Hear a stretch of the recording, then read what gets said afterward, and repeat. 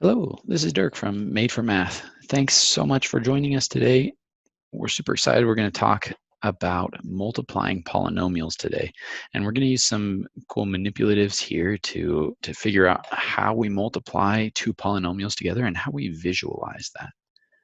So first off, let's have a brief review of what a polynomial actually is. Polynomials are mathematical expressions that are made up of terms. In our case today, we're going to be starting with polynomials that have two terms and then multiplying them together to get a polynomial with three terms. And a term is just a part of your expression. So it might look like an x, it might look like a 3, it might look like a 4x, but it's an individual part of our expression. We're going to think about multiplying polynomials in the same way that we think about the area of a rectangle. Now, you might think that that's a little odd, but it's actually really cool the way that it works. So let's do a brief review of finding the area of a rectangle. Let's say that we have a rectangle that has a height of 4 and a length of 3.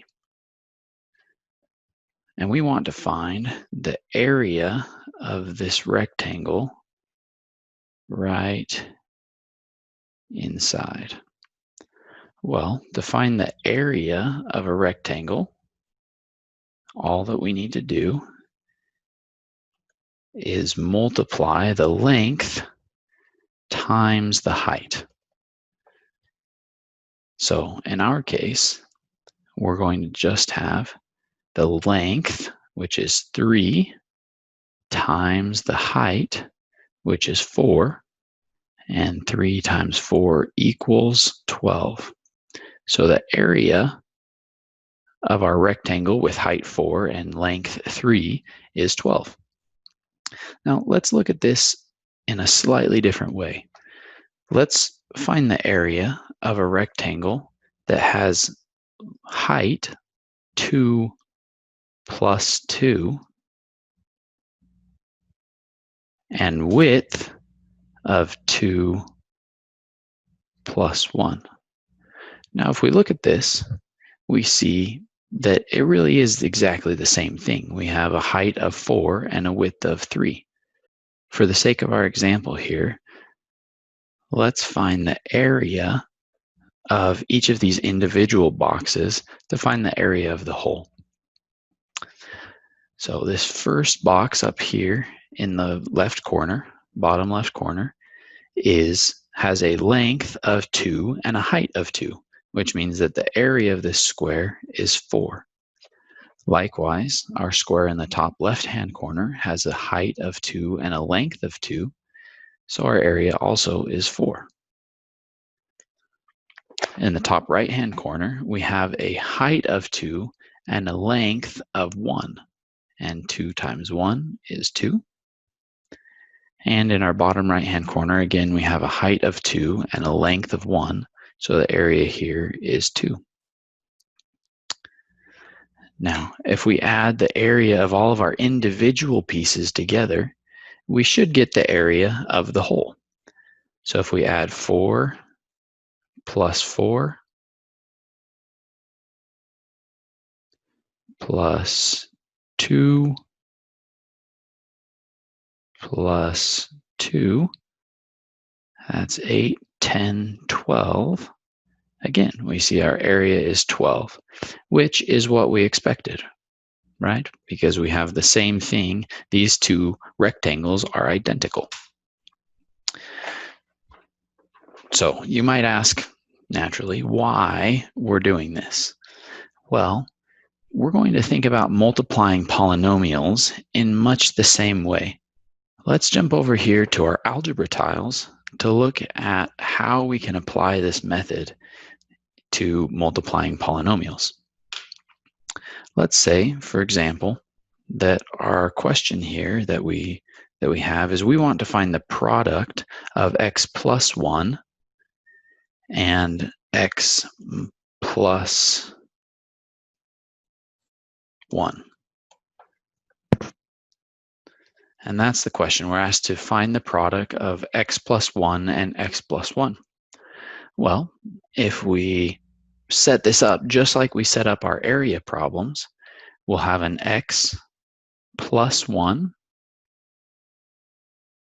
on the left-hand side, representing our height of our rectangle. And additionally, we'll have an x plus 1 on the top, representing the width of our rectangle. And again, we can see that we form a nice little rectangle here. If I can draw a straight line, where we need to find the area of each of these individual pieces to find the area of the whole. So if we start up in the top left-hand square, we see that we have a length of x and a height of x as well. Now, x times x gives us x squared. So the area of this box on the top left corner is x squared. And we don't know what x represents right now, but we know that the area is x squared. So if we knew what x was, if we said, hey, x equals 2, then we know that the area of that square would be 4. But because at the moment we don't have the value of x, we're just trying to simplify this polynomial. We're just going to leave it as x squared, and we'll come back and deal with it later, okay? So if we move over to the top right box, we have a height of x and a length of 1. Well, x times 1 is just x. And again, we don't know what x actually equals, so we'll just leave it as x for now. Here in the bottom left-hand corner, we have x as our width and 1 as our height.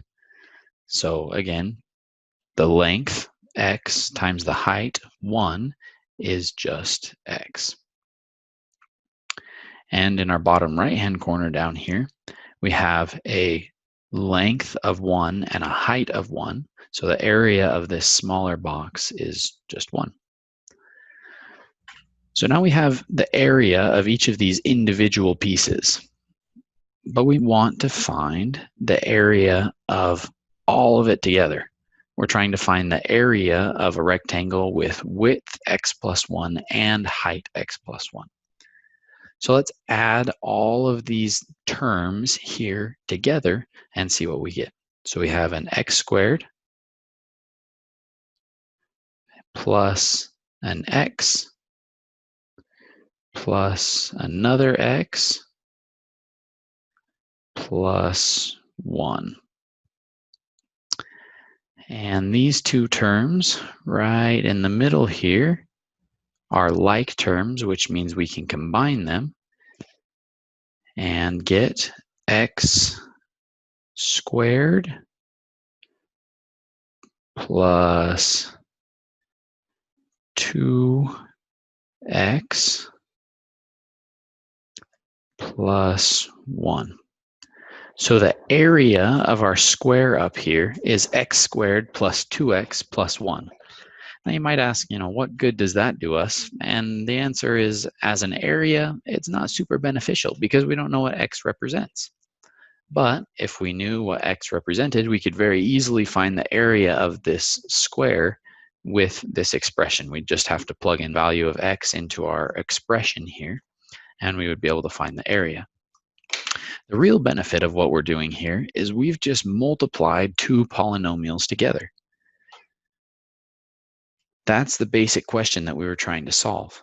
Yes, we were doing it by trying to find the area of a rectangle that has a height of x plus 1 and a length of x plus 1. But to simplify that question, we really just wanted to find the product of x plus 1 and x plus 1. If we just think of the problem as trying to find the area of a rectangle, it's really not too complicated. And that's going to do it for us today. We're glad you're able to join us. And if you have questions, feel free to check out madeformath.com.